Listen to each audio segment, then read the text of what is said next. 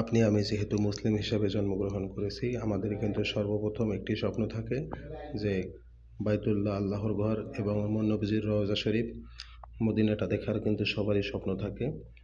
ইনশাআল্লাহ যেহেতু আপনি মক্কা শরীফে মদিনা শরীফে আসবেন বা আসার নিয়ত করেছেন, আল্লাহ পাক যেন কবুল করেন সেই দোয়াই করি। এখানে কিন্তু গুরুত্বপূর্ণ কিছু জায়গা আছে।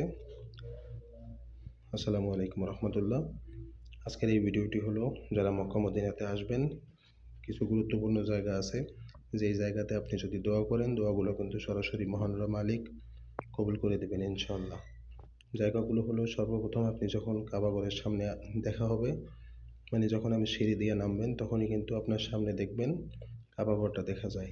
তখন যদি যেই দোয়াটা করবেন সেই দোয়াটা কিন্তু কবুল হবে।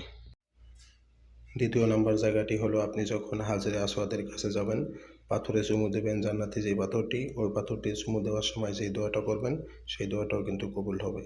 এরপরে ওটার পাশেই যে স্বর্ণের যে দরজাটা আছে, কাবা শরীফের গেট, ওই গেটের সামনে গিয়ে হাত দিয়ে যখন দোয়া করবেন সেই দোয়াটাও কবুল হবে। এরপরে উপর থেকে যেখানে বৃষ্টির পানি পড়ে একটি ফাঁকা জায়গা আছে, বাবে রহমাত নামে একটি জায়গা, ফাঁকা জায়গাটার ওখানে গিয়ে দোয়া করবেন, সেই দোয়াটাও কবুল হবে। এরপরে সাইডে ঘুরতে ঘুরতে দেখবেন মাঝখানে একটা পিলারের মতো আছে, মাকামে ইব্রাহিম যেটাকে বলা হয়, ইব্রাহিম আলাইহিস সালামের পায়ের ছাপ, ওখানে গিয়ে দোয়া করলে কিন্তু সেই দোয়াটাও কবুল হবে।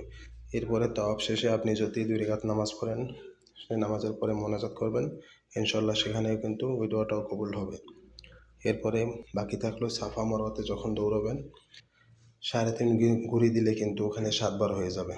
3.5 ঘুরি দেওয়ার পরে 7 বার হয়ে গেলে উঁচু জায়গাটাতে গিয়ে আপনি ওখানে দোয়া করবেন 2 রাকাত নামাজ পড়ে, সেই দোয়াটাও কিন্তু আপনার কবুল হবে। এই ছিল আজকের ভিডিওটি। ইনশাআল্লাহ আপনি যদি ওখানে যান তাহলে এই কাজগুলো করবেন। আল্লাহ পাক